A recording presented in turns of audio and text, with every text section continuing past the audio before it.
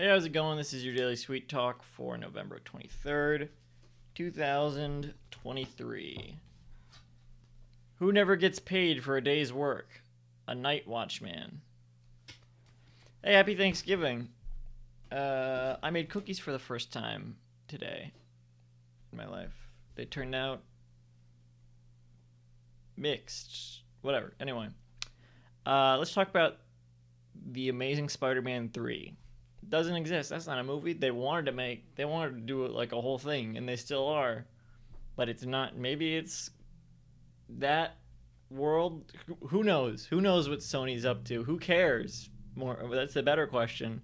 But, the Tobey Maguire Spider-Man movies had 3 movies. The Tom Holland Spider-Man movies have had 3 movies, and we'll have more. But that was like a trilogy they did of Tom Holland Spider-Man movies.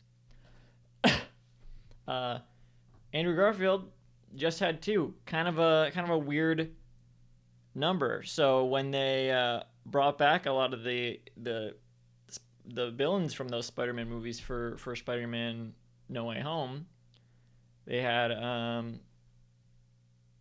three. They had 1 villain from each of the Tobey Maguire Spider-Man movies and 1 villain from each of the Andrew Garfield Spider-Man movies, which means they had the Sinister 5 because there were only 5 movies. But I guess they probably weren't going for the Sinister 6, whatever.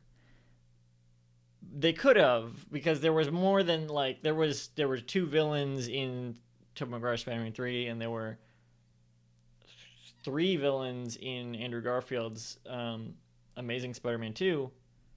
One of which, but that doesn't matter, whatever. But one of them in The Amazing Spider-Man 2 was Paul Giamatti's Rhino, which is really the heart of what I wanted to talk about here. I was just thinking about how great Paul Giamatti is. Those thoughts that everyone has so often. And then later on, I was thinking how great Willem Dafoe is, specifically in Spider-Man. I was seeing that clip of Willem Dafoe at the Thanksgiving scene in Spider-Man, and this is that look they give Aunt May when they get caught sticking their hand into the sweet potatoes for some reason. Why? That look they do, because it pans up. I saw someone post the moment under it, and it's just so good because it pans up, and you can just see a glimpse of their head looking up in that moment, and it's such a good shot of Dafoe. And I'm not even a diehard fan of these movies or anything. I haven't seen them since I was a kid, but I just Willem Dafoe is just so good, and Paul Giamatti is so good, and I think that version of the Rhino is not good that they had in that movie. Obviously, it's not a very good movie. The Amazing Spider-Man 2. I think most people agree on that. What's up with my hair? Whatever.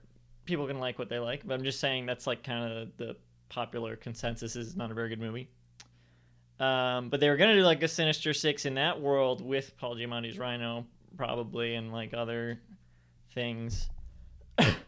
And God, because it opens with Paul Giamatti's Rhino and closes with Paul Giamatti's Rhino, and it's both times we never get to really fully see them in action. They don't even have the Rhino suit until the end, and then they Rhino tease us. We don't get to see Paul Giamatti in action. Oh, what I wouldn't give. And then if we had Paul Giamatti Rhino as the villain of Amazing Spider-Man 3. A franchise I don't care about. I don't like the Amazing Spider-Man movies. I don't care about these movies. I don't like them. But if we had a movie where Paul Giamatti was the Rhino as the main villain or whatever, one of them, even just a big enough villain that they could have brought Paul Giamatti's Rhino into No Way Home alongside not only Willem Dafoe, Green Goblin, but Thomas Hayden Church, Sandman. This is in the marketing and stuff. I don't think people should know this going into the movie, but it's in the marketing, so whatever, I can spoil it. It's not really a spoiler because it's in the marketing. We could have got Spider-Man Sideways. Oh my god.